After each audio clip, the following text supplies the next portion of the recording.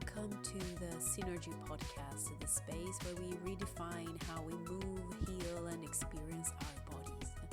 My name is Ariana Montanari, yoga synergy teacher, beekeeper, and founder of Mielistrega Natural Body Products.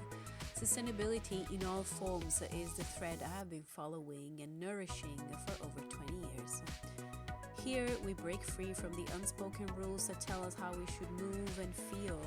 Here, we long for deep reconnection with nature, with ourselves, through intuitive movement, self-care, and self-awareness.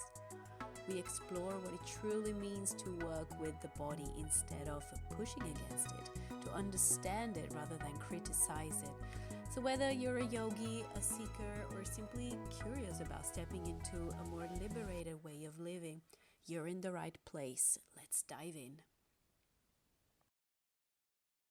Welcome to the Synergy Podcast. This is Ariana Montanari, your host.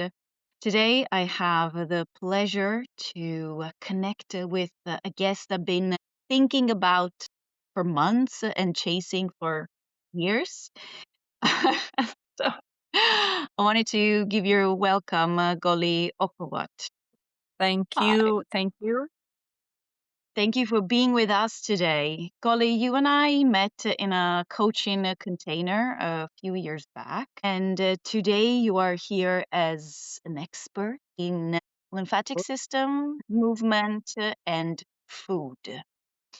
Gollie is a restless and creative, soul-driven by curiosity and a deep love for food, plants, and the human body. That's very interesting. It's like a Gemini. I recognize this so much. You have a background in fashion and interior design, but your true calling is the kitchen and the world of health. Gollie is a plant-based chef and holds a certifications in nutrition, in health, and lymphatic treatment. You have worked as a lymphatic system masseur. You are also a trained yoga teacher.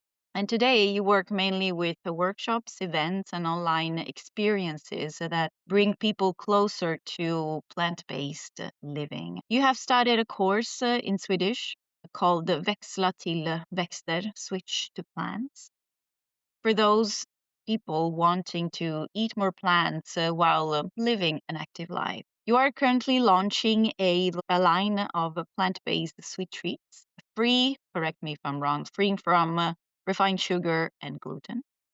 And you are Yes. also co-creating a workshop series with your sister focused on women navigating hormonal changes through lymph, movement, and rest. Wow. Gollie, welcome to the Synergy Podcast. Thank you. Thank you, Ariana. Thank you for thinking of me because, as you said, we met a few years ago and we had a big pause in our connection. It's very exciting to see your work in your podcast. And for me, lately, what you do is more current than ever because I'm hit 48 and entered the menopause, and I realized how much movement for me is important. And although I've been aware of it for many years, I had a big lack of it.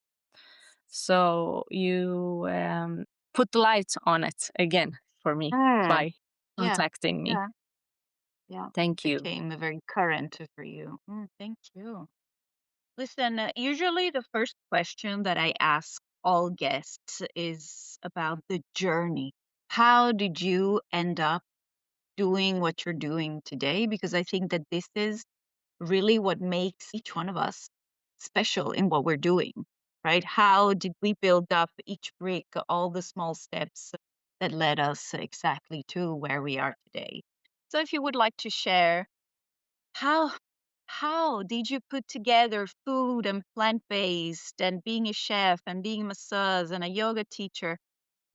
Can you make a recipe for us? Yeah, the food part started actually. I've been vegetarian all my life, and when I got my first son, I realized that I had a lot of people criticizing me of being a vegetarian and a little bit more vegan. So I started to study basically most of that, because I've always been into like design, interior. I like form, colors, but then something wake me up in food.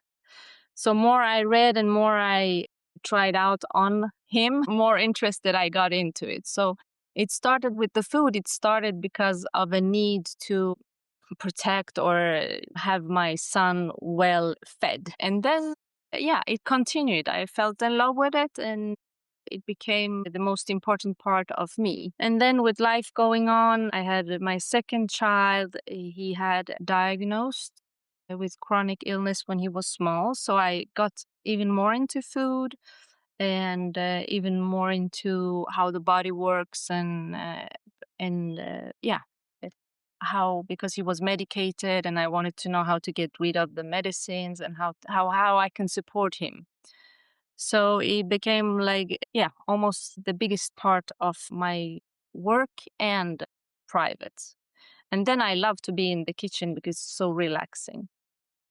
And with that, by aging, I got more tired. I was stiff in my body. I got some burnouts like everyone else in their 40s. So I started to study more about women's health and the lymphatic system, and got stuck there and realized how important that part is and that we really don't think about it. And I had a very stiff back and nothing helped me.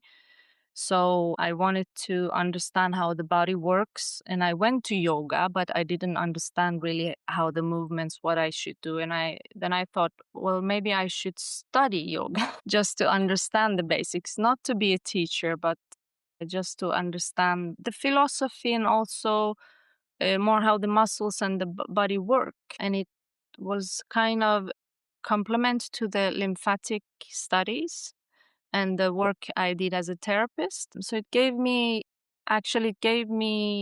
tools for myself mostly. So I think that everything that I've been doing has been kind of healing myself through both the food and the lymphatic studies and the yoga. And the women that I met during those years, they taught me a lot about myself, also about my limits, because I was also not in a bad relationship, because I was in a relationship that was a lot of love, but I didn't know how to put limits in small things. And I learned that through their stories, because I heard them telling everything about their limits. And it's not only about the food or the massage you go on or the movement, it's about like everything that connects your health.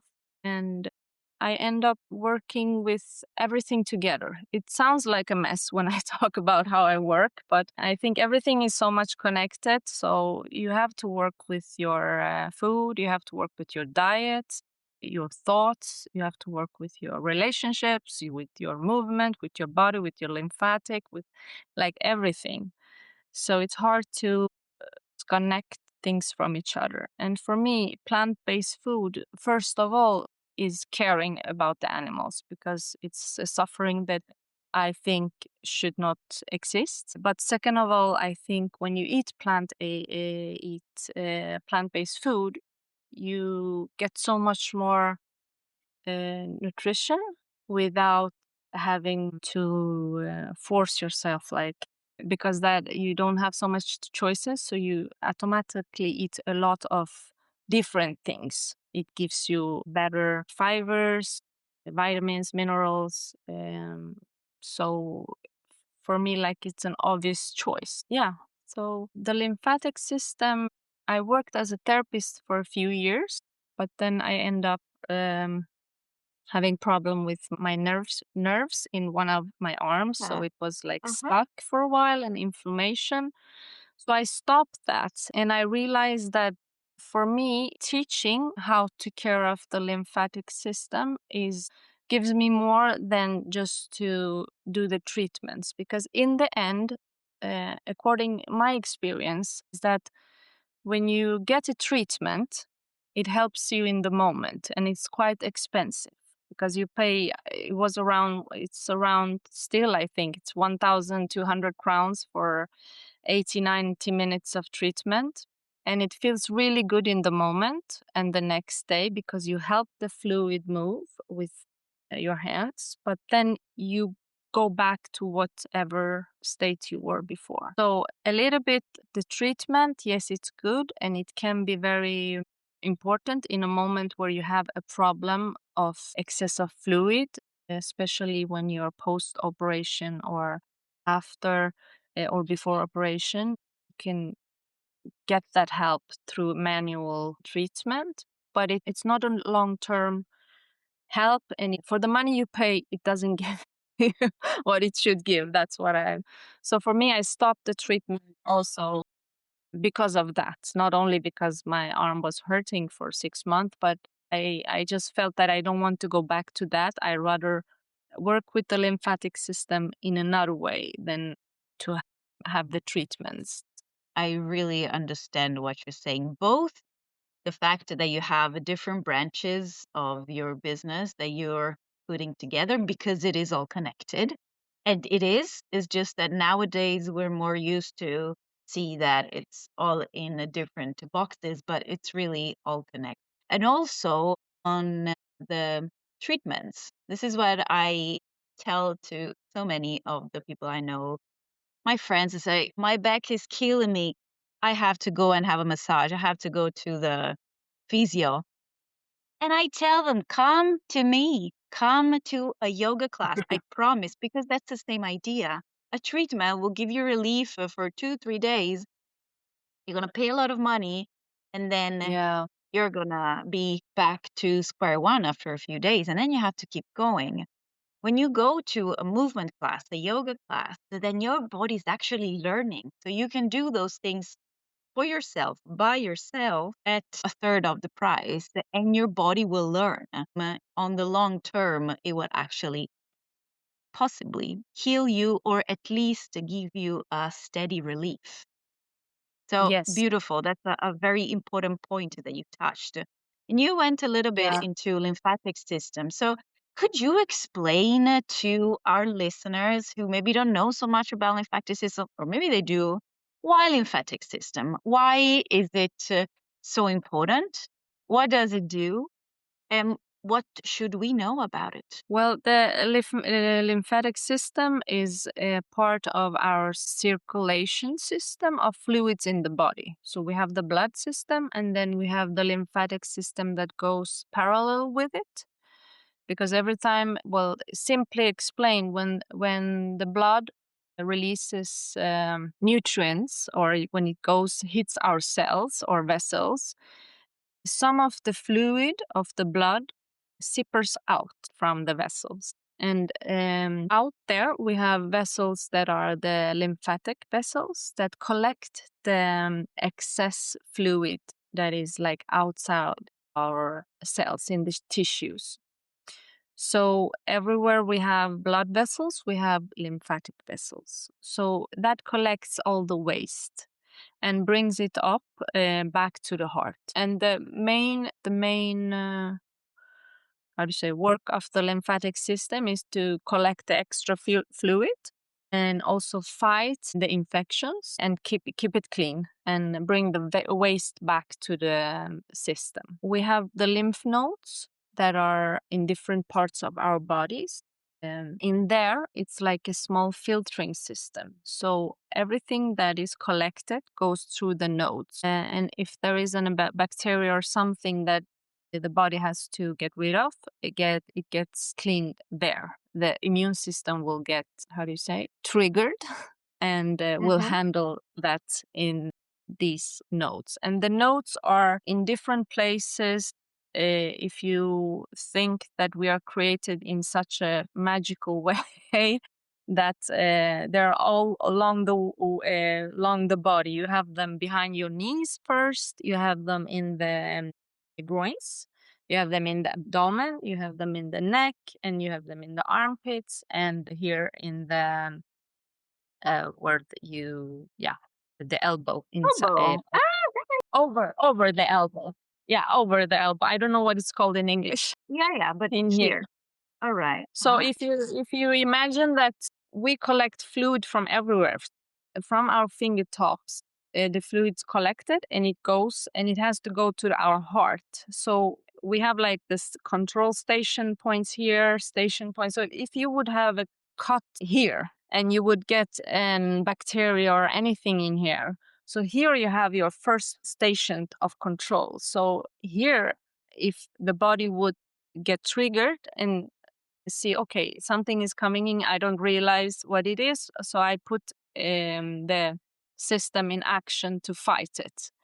And if it wouldn't happen here, it would probably happen here. So it's like a very intelligent system. And when you get sick, often you can feel your lymphatic nodes getting a little bit bigger. You can feel it also in the legs, because when something is going on and they're fighting, they get swollen. Yeah. And yeah, so that's the way how the body works. So it's a big part of our defense mechanism. And like the blood system has the heart that pumps. So blood is like through the heartbeat. We get it go around our body, but the lymphatic system doesn't have a pump. It works by itself, and it works through our breathing. So when we breathe in a correct way, we pump it, and it works through our movement and our muscles.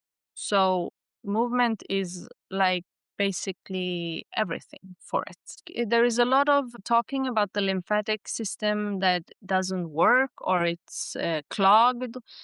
Yeah. If it would be clogged, we would die immediately. So it can only be slow. It can never be clogged, because if it would be clogged, you cannot live.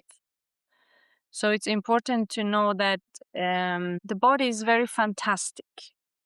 We just slow down, it works. So it's important to understand that it can never stop. You cannot clog it. It just gets slow. And the lymph moves upwards always. It collects from everywhere and it brings it back to the heart. And we have two entrances here.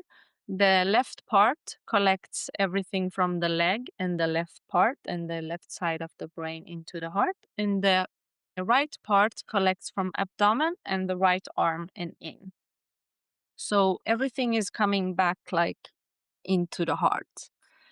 And that's why movement is important, and that's why the breathing is really important, because here in the center we have a lot of nodes, and here is the part that we're also most of us, I think I could say almost all of us keep the tension. So with breathing up here, sitting all the day long, and we don't let the fluid move well in this part. So it's a very important thing to think of, the breathing and the movement for the lymphatic system. And you say that those are two factors that can potentially slow down the lymphatic system. I think those are the main factors. If you don't have anything genetically, or if you don't have a disease that affects the lymphatic system. Yeah, it's the movement and the breathing and how we hold ourselves during the day, like the stress, everything that we take with us. So what happens with the fluids when they get to the heart, when they are brought back to the heart? Well, it's the excess fluid. It goes back to the heart and it goes back into the blood system. And there, the waste goes through wherever it has to go. Like some waste go through the liver to be cleaned up. Some waste go to the peed out. So it depends on what you have in your body. It goes to the different part. Mainly, the waste that is coming out goes where it should come out, like through urine or and then what the blood can reuse. There are some fat molecules, some proteins that are a little bit bigger for the small blood vessels. Those can go through the lymphatic system and go into the bloodstream, so there they can be used. Like we have fat molecules that are picked up in the intestine by the lymphatic system. Those go to the blood system through the heart. So it's like a very complex but very simple yet system of tubes. So when we talk about that it's clogged, often we talk about this part because this is where all the fluid comes. And if you're stressed, if your breathing is up here, if you are like your posture, if you're I know we talked about fascia. If everything is dry and not having the hydration or the nutrition that they need, things will not flow. It's like you have a tube and you hold it really hard and the water comes like dropping instead of like letting the tubes be open. Yeah. The clogging is usually up here, even if you have like swollen legs or swollen abdomen. Usually it's because you are up here is something is not letting the fluid come go back to the blood system. Interesting. Can you go deeper into what are kind of not the symptoms, but how can we kind of self-diagnose or guess that maybe my lymphatic system is a little slow and needs some help?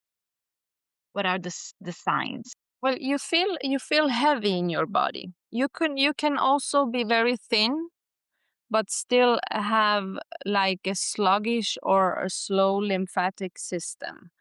It's when you feel heavy and you feel tired, and often you can feel also pain if you get touched or if you go into a wall or in a table. You can usually feel it in your arms or the side of your legs.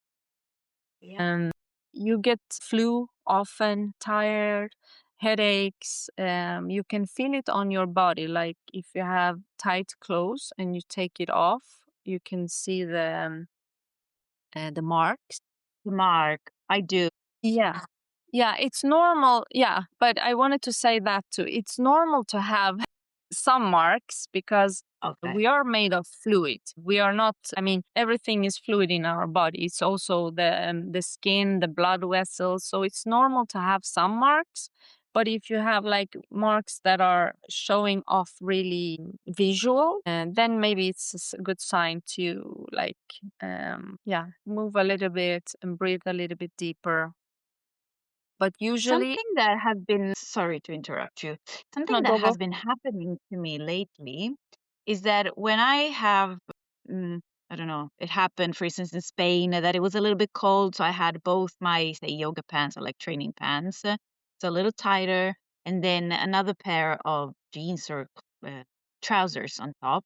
When I removed the clothes, I had the sign of the clothes, but then on top of those areas became very itchy and as if I was like bitten by a mosquito.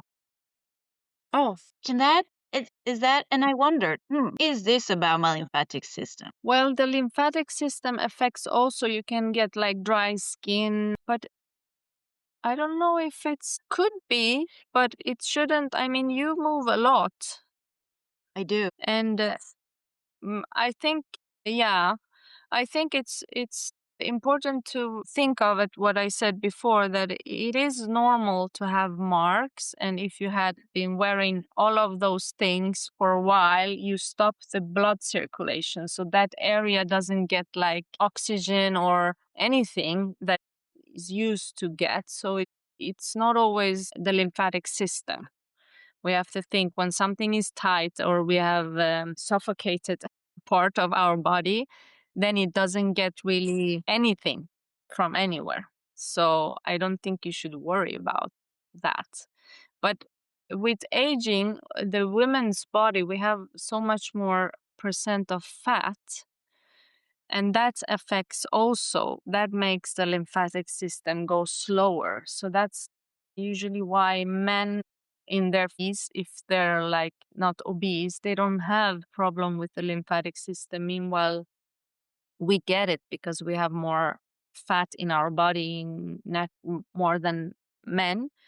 So it makes it also a little bit slower. That's why, again, movement is, yeah, the most important, according me, my experience. Yeah. So you have, a few days ago, you sent me this audio message where you told me a little bit about what's been going on in your life over the past 2 years. And in my head, it was like, wow, this is the perfect intro for the podcast Yeah, episode that we will, because you went through so many important topics that I think so yeah, many of us maybe normalized, or we just don't have enough education about it.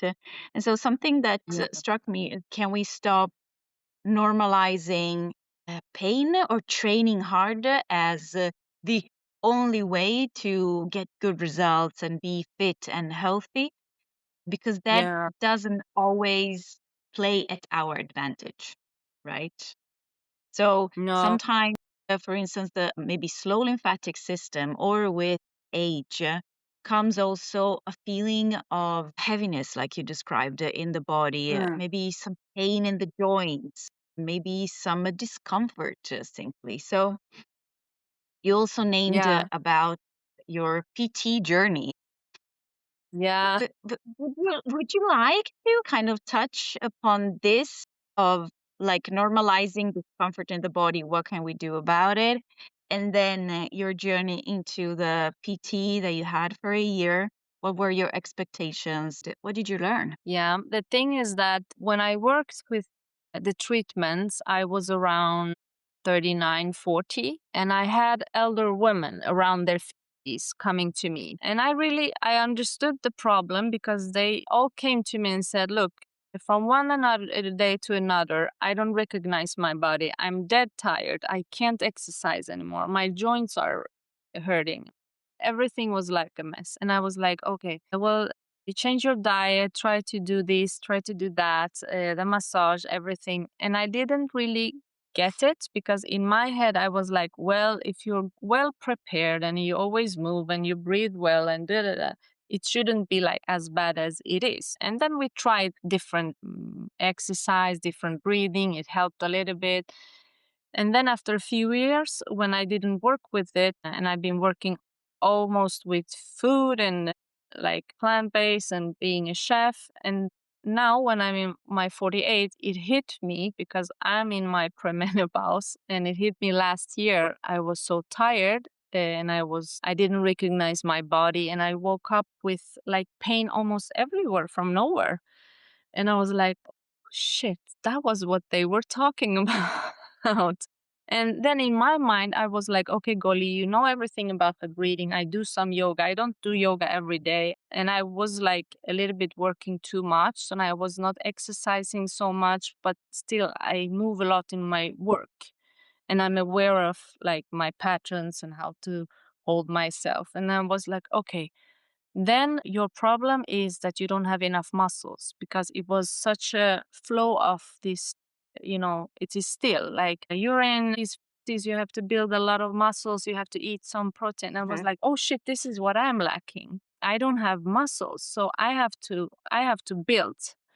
So it's a year and a half ago, I start to go to the gym, and I hate the gym. So I forced myself. When I went in there, I didn't understand anything. I was just going crazy. I said, okay, I need someone who can teach me what to do. I don't know even what to do. How do I lift? So I got this guy, and I went with him every week for a year, expensive as hell. And he pushed me, and he pushed my limits in every way. It was like, okay, it's hurting. So what? You have to push anyway. So I was lifting, and I was doing whatever like he asked me to almost.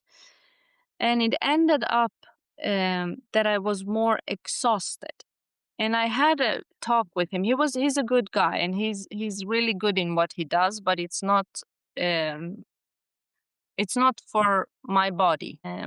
Maybe not when you're around 45, 50, because you can't push hard when you're in pain and when you're exhausted in a way, because according to him, if you're exhausted, it's because you're not strong enough. And that's not the problem. I think when you hit your, as a woman in a body that is not male, I think it works different. You can't build when the system is not in balance. And Yeah.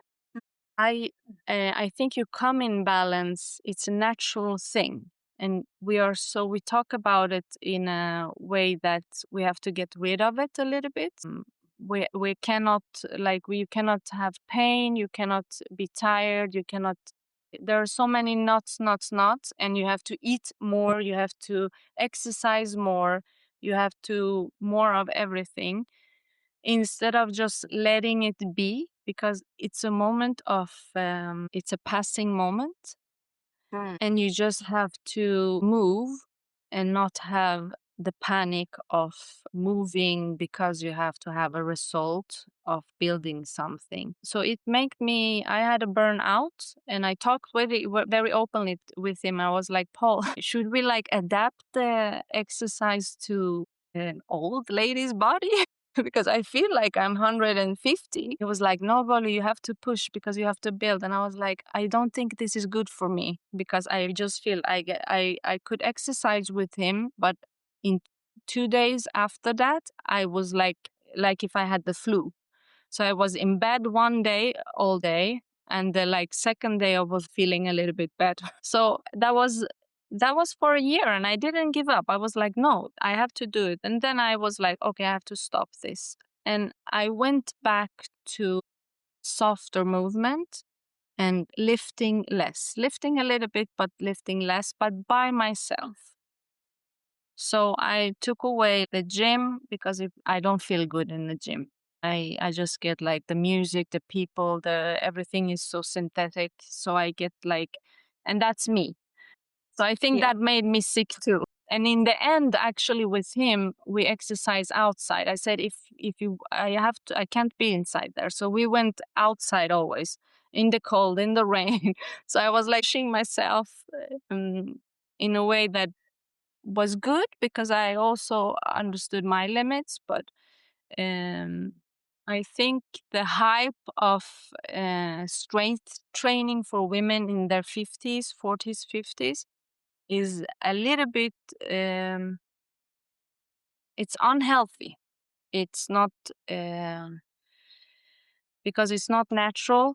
And when we come in a moment where we're not in balance and our hormones are dropping, we cannot work against it. So we need rest, we need movement, we need breathing, but we need also to feel secure in our movement. We Yeah. cannot push it. Trust the body. And there are very few women that can do it. I'm not saying that every woman is like me. I'm maybe a little bit more soft in my way how I work, and I cannot push it hard physically. I'm more I can do things for a very long time and not get tired, but I can't do hard things in short time. So, but what I've been seeing around me, also in the gym, also through friends, I don't know any woman who can do heavy lifting and go to the gym eh, and not be exhausted. So for the last 6-8 months, I've been doing yoga, soft movements. I lift a little bit. I have my things home, so I lift. I push myself a little bit, but I do it with a limit of not getting exhausted. So I think you have to move, because then I stopped to move for a few months. After Paul, I stopped 3-4 months. I didn't do anything except a little bit, stretching and do. And I gained weight, a lot of weight that I'm not used to. And I felt like I was it's not a weight that from eating, but I feel like a balloon. And then I started to do slowly movements, the breathing, the yoga, very small steps every day. And now I feel I'm coming back and accepting that actually I have pain. I wake up with pain. I wake up during the night sometimes with pain.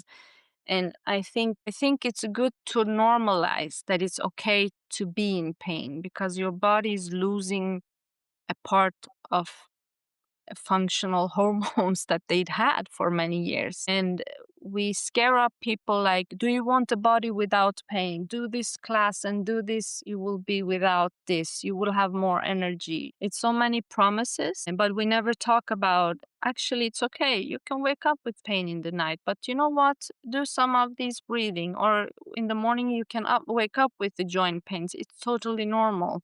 But do these exercises and you will get your body fueled so you can start your day. I think it's a pity that we don't say that. It's a lot of like, oh, get rid of your pain. You can't. I mean, you can relieve it and live with it during the day and help it, but you really can't. There is nothing you can get rid of if you don't take chemical stuff or hormones or painkillers. So I think In it's this specific case, in this specific case of women over like yeah, coming in into the yeah, perimenopause exactly. and menopause, mm, Yes. and other situations. But I completely agree Yeah, that yeah. sometimes it is In this, about yes, yeah, absolutely. In this specific case of being in premenopause or menopause, then in other cases, like before I hit the menopause, I told you I worked in an office for a year or something, and I got this problem with my back. I couldn't get rid of it. I paid I don't know how much for physiotherapy, massage, and it ended up that I applied for the yoga teacher course, and that's the only way I got rid of it because it was through the movement. And actually, I don't have that back pain more, but I think in specific ways you can get rid of things, but then you have to work with it yourself through movement. and that's exactly what I was thinking, that yes, you can get rid of some pain that is the cause of lack of movement. So often that heals. Like I also had problems in my back, but sometimes it is not possible, of course, from case to case, to get rid of the pain. And so what can we No. learn instead? It's to understand it. When does it happen? And how can I ease it? How can I manage it so that it slows down? We don't fuel the inflammation, but we kind of soothe it. So Yeah. that's it. That's like the whole education about learning our bodies, learning our signals, how our bodies communicate at what we can do for them. Yeah. And I think that just soft movements is that way of reconnecting, of understanding I can move this part of the body. Just yesterday, in one of my classes, came a woman, probably maybe a little bit younger than I am, and she experienced that it was extremely challenging to relax the abdomen because she thinks I have problems with my back, so I always need to keep the core tight to protect the back. Yeah. Could only breathe up in the chest. And something she said is that she never thought that when you close your eyes, you can still move your eyes and roll your eyes. So there is, No. it's simple things, there is Yeah. so much that we can experience and learn about our bodies. And then we can go back in doing weights, but not starting Yeah. at 100. Let's start soft, especially after our 40s, our 50s. We start softly, Yeah. and then let's try this, let's try that, because we do need to do maybe a little bit more of weightlifting or Yeah. hanging, Yeah. right? Having a good grip until we are like Of 80s. course. Grip strength is one of those indicators of longevity, right? But let's Yeah. not start from the most difficult things. Let's start from body awareness and that mobility, softness in the body, and then build it up. Yeah. And I think one thing that I knew, but I didn't use it, actually is, as you say, to use the movement to relieve pain, because you can't get rid of it always. But when you're in pain, um, and you move, it can be, I'm not saying whatever movement, but movements that get your flow, and you Yeah. stretch a little bit, soft, it does release the pain. Maybe it doesn't make it go away totally, but it um, it makes you be able to have your day and work Yeah. and be have your energy and do whatever you have to do just through some movements. It can be like whatever, but it has to be a movement. You cannot just function without doing anything. But we also know that when you're in pain, you don't feel like moving, and I know. you lose trust in the body. And maybe that's Yeah, why it is a good entry point to start with something at a low invasive level, like you say, exactly. small stretches, soft fluid movement, and Yeah. that can support. So if we were to give some tips to our listeners, for those women over 40, over 50, in how we can best to support our changing bodies. And of course, these are tips that we need to adjust it to each person because we're all different. What would you recommend? Yeah. Well, I would recommend to be aware of the breathing pattern all through the day, because usually we just think of it in the moment where we are like, oh, I'm taking a pause, or now I do my breathing exercise. I'm a little bit against that. I think we should do the breathing all through the day, all the time. And just remind yourself, find yourself, and do the deep breathing. It changes a lot. It's a small thing. You think, oh, what should that do? But it does. It relaxes your nervous system. It connects, like you feel more secure with yourself. And then you pump the system. And the movement of every day, Ariana, I think what you do is a great tool, actually. Something that is slow and it has a flow.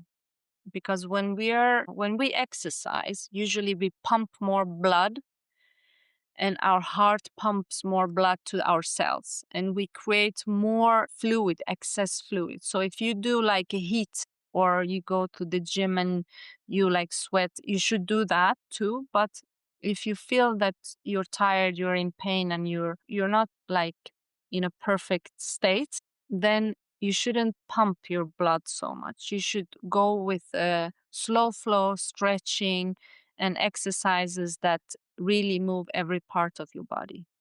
And then massage yourself. And that helped me a lot. You, of course, if someone else massages you, that's the best thing because you relax. But you can do a lot with your own hands. It's magical. And just have a little bit oil beside your bed or your sofa and massage. You have to like pull your skin, so you get more flow in the fascia. We talked about fascia before, you and me, and so you get the circulation in everywhere you have pain. Just massage, pull your skin, pull to different parts. There is no technique. It's just that you have to do it by yourself and pull everything to every side. That is what has been helping me. And of course, then you complete with the diet. You have to be aware of everything around it too. I don't know. Do you have any experience or advice for us in our, like, when you hit that age that feels almost impossible to, have a normal life because so much happens? So I am not in my 50s yet, but I see how the body changes. And some days you wake up with pain. And I think that for us, the menstrual cycle is really just like a rehearsal of all of this, right? Right Yeah. before you get your period, you know that you can wake up with the absolutely random pains in your joints. And, Yeah. no need to worry about this. I know that maybe next week or in 5 days, my period is due. So it's about trying to understand, I think how we can best prepare for this is to learn how to navigate at our best chances, get an understanding, talk nicely to yourself, which means Mm. that I'm not doing anything wrong. It's not that I'm not doing enough. So it's more, how can I support my body in this? And absolutely daily movement. And if not daily, like yoga, at least to go for a walk. But, and like Yeah. my teacher says, Simon says, walk sexy, because walking sexy is the best thing that you can do for your body.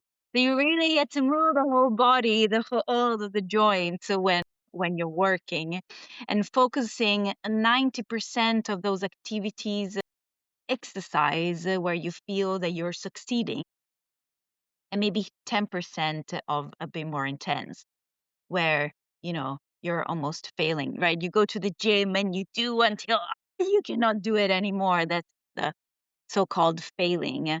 But how about Yeah. we can have, like I do in my classes, for instance, how about we finish the class knowing that we still have energy, that we gave a 60%, we got warm, Yeah. we got maybe a little bit sweaty, but you have that amazing feeling that your whole body is massaged, and you still have energy for the night, for tomorrow, for the Yeah. week coming up, right? So rather than exhaust ourselves, it's more leaning into nourishing activities. But to our brains that are so programmed into going all in and do 200% all the Mm. time, switching to activities that are not 200% feels like failure, feels like Yeah. I have not done Absolutely. enough, right? It feels Yeah. Yeah. like a little bit of guilt. Yes. And I think that that's also a big part of the job that we have to do, like remove the guilt. And like you did, it took a year, you tested it, you went to with this PT, your body said, not for us, girl. Mm. And so you said, okay, I stop. Because our bodies knows Mm. best. We need to learn to understand it. And yeah, it can take longer, it can take shorter, but in the end, you know, the body knows, but we, as our mind, need to know what the body is saying. And then maybe have the physiological education on what is really going on. Because sometimes not everything that feels good is also good for us, right? So you tried to go through the discomfort of training, right? Trying to see, okay, this maybe can actually help him. And you gave it long enough to understand Yeah. that, okay, no, this suffering is not bringing anywhere. It's just bringing even more suffering and exhaustion. So let's block it. And now you're trying to find another approach back to it. And knowing that it takes time. Yeah, I think that's the thing we forget, that it takes time. And you said one thing that is very good, that is that we have to do everything 100%. Otherwise, we Mm, feel bad.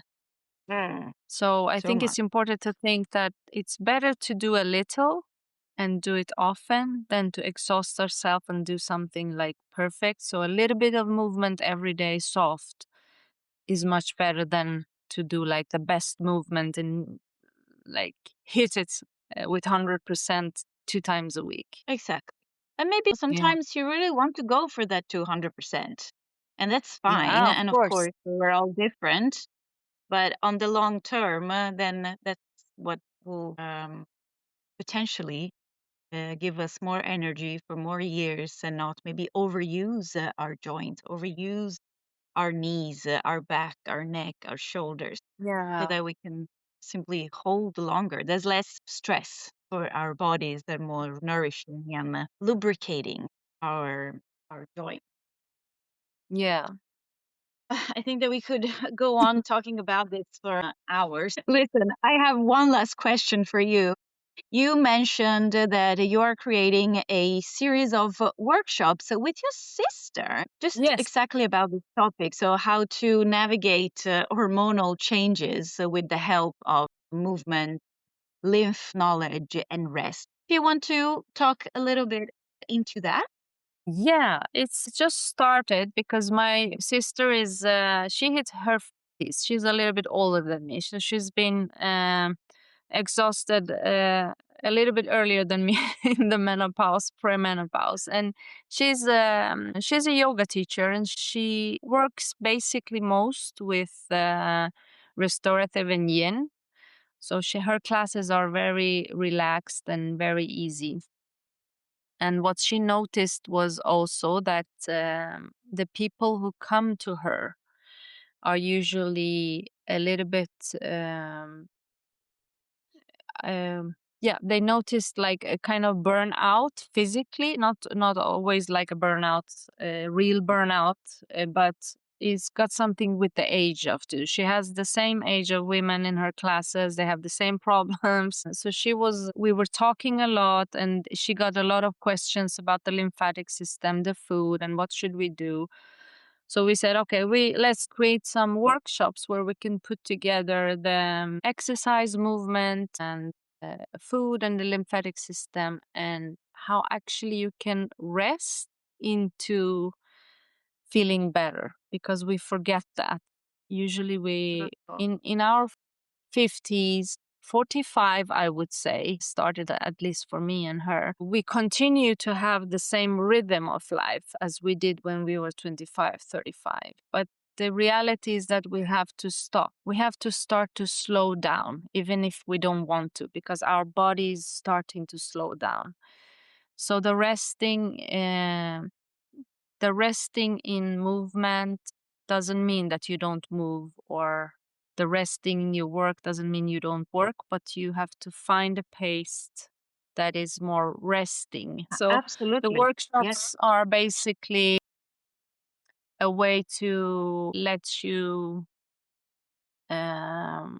go down in the rhythm in a way that gives you energy to continue a good rhythm. I think we aim to start everything in August, September.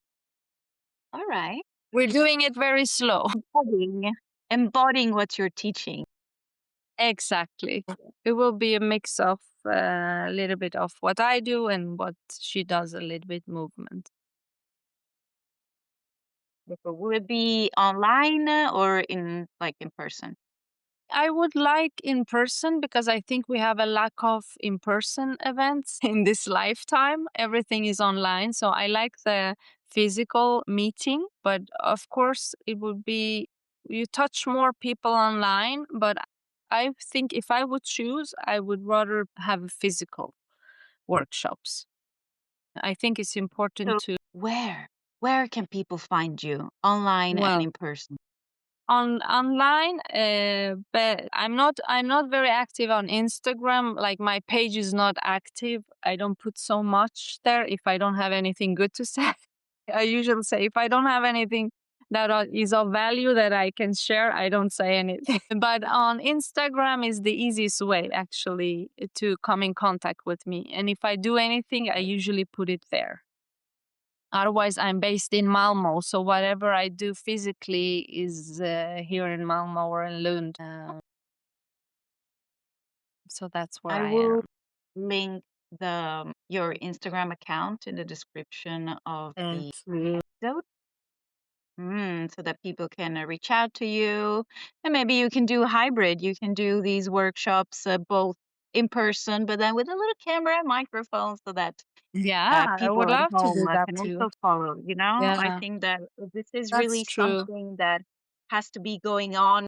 And you always have something amazing to say. This was incredibly, incredibly Thank you, giving. Adriana. I also have learned a lot, and I am sure that many of our listeners will really resonate with this story and with the points and the concept we touched upon, to kind of be more understood and not always pushed against by this, let's Yeah. call it men's way of doing things. So a little bit, you know.